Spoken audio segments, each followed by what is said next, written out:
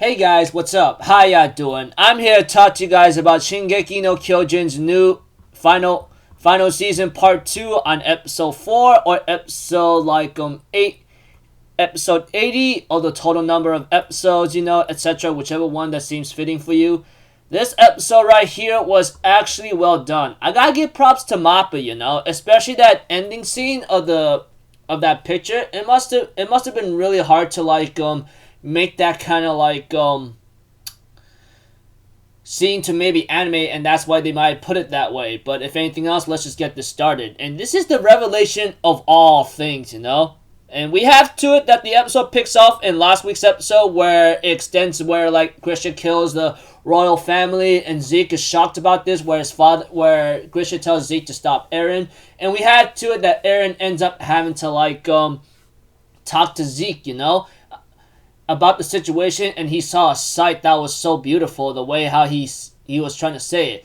Zeke therefore commands Ymir to stop all the subjects of Ymir to be able to reproduce, that kind of thing. And we have to it, Eren enraged about this, is trying to move the shackles off of him, Eventually he will be able to move, but at the cost of his thumbs. His thumbs will later on be ripped off at the cost of that, etc.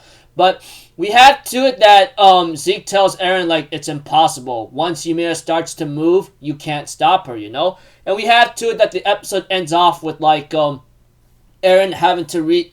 No, not the episode ends off right there, but it ends with Eren having to reach Ymir for a bit, or about to reach her or touch her, Then we get to see a scene about Ymir's past, which is really well done.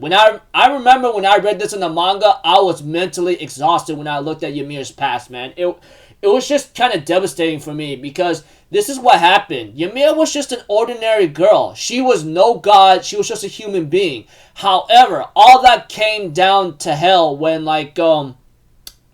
Fritz, the guy who is the leader or the king of Eldia or his Eldian people, ends up having to raid her village and turn her into a slave, and that includes her people. Some of them were killed off, etc. And they end up having their tongues cut off, which is, oh my gosh, kind of sad and disturbing, but whatever, But as the episode continues on, we get to know that Ymir Fritz was pointed and blamed for actually releasing the pigs of the pen, And we have to it that everyone points at Ymir for releasing the pigs or something, but we don't really know if she really did that, And we have to it, Ymir therefore was told that she's free, only to be hunted down for sport by his men and dogs. And I'm like, what the hell, man? This is very sad and devastating. Eventually, Ymir will later on find a tree and seek shelter in there from her attackers. Sadly, however, she later on falls into the water, and that's where she gets her Titan powers, A strange, spinal creature ends up showing up and combines itself with Ymir. And by that time, we get to see that,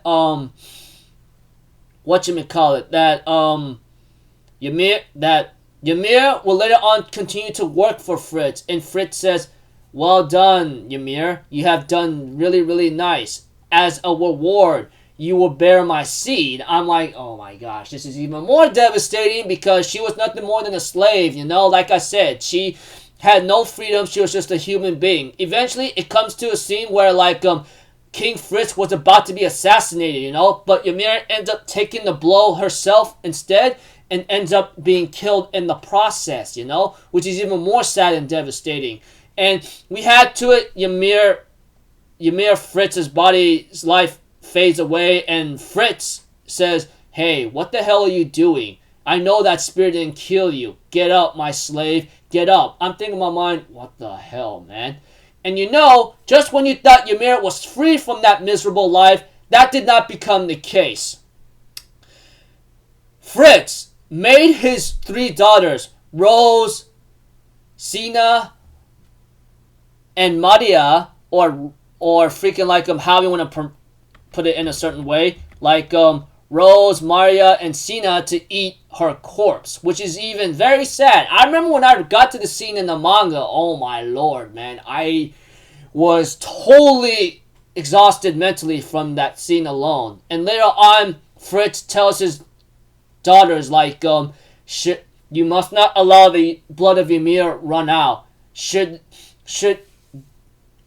multiply as best as you can, pass down your powers in spine, and then as long as I rule and live, the Titans shall rule forever. And this is where it's so sad for Ymir, because she's been in this world, the past, or astral world that she's been part of for a long, long time, and was nothing more than a slave, dude. I was like, oh my gosh, this is really sad and devastating, honestly, when I look at it, you know? I mean, like, she had a chance to be free, but Fritz decided you're not going to be free. You're going to keep ruling the lands with your power as long as you live, you know? And this is where Eren stops Ymir and says, that does it. I'm going to end this world. Lend me your power so I could destroy this world. And Zeke was really shocked to hear what Eren says here and there. And we have to it that Eren tells Ymir, you are no god, you are no slave, you are just a human being. Listen, you get to decide how this goes. Either you help Zeke or you can help me to destroy the world. I'm thinking in my mind that, oh my gosh, Eren was literally telling Ymir, like, be free from this misery. Set yourself free. Don't stay in this situation for longer, you know? And then we have to it that, like, Zeke was trying to tell Ymir, what are you doing? Obey my command. I am from the royal blood. What are you doing? You know? And then we have to it, Eren asks Ymir, have you been waiting for someone like me for 2,000 years? Is that the reason why?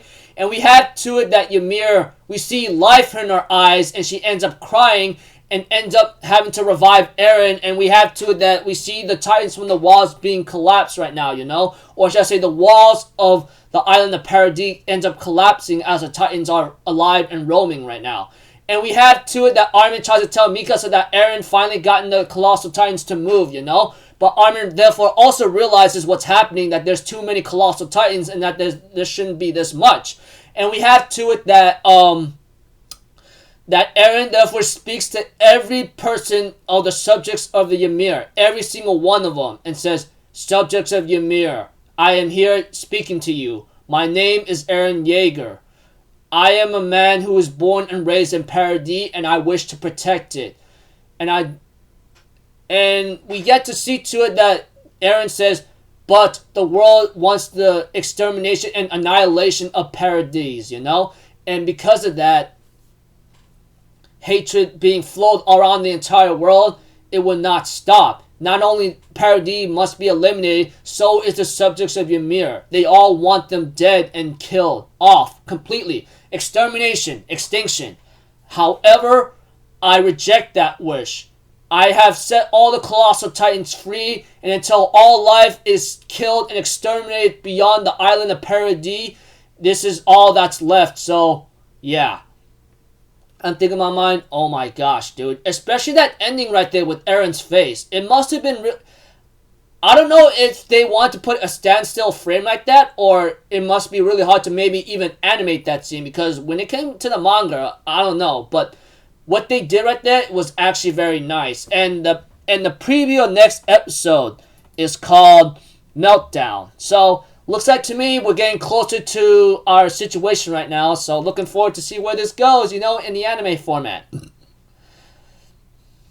Nicely well done, especially with Ymir's past, man. I mean, she was just a slave girl, man. It's really sad, man. Oh, man. Anyways, looking forward to the next episode, like I said. So until then, people, I'll see you guys in the next video. I'm Alpha Zero. Have a good day, and I'll see you guys next time, alright? Peace out. Bye-bye. Toot-toot-toot.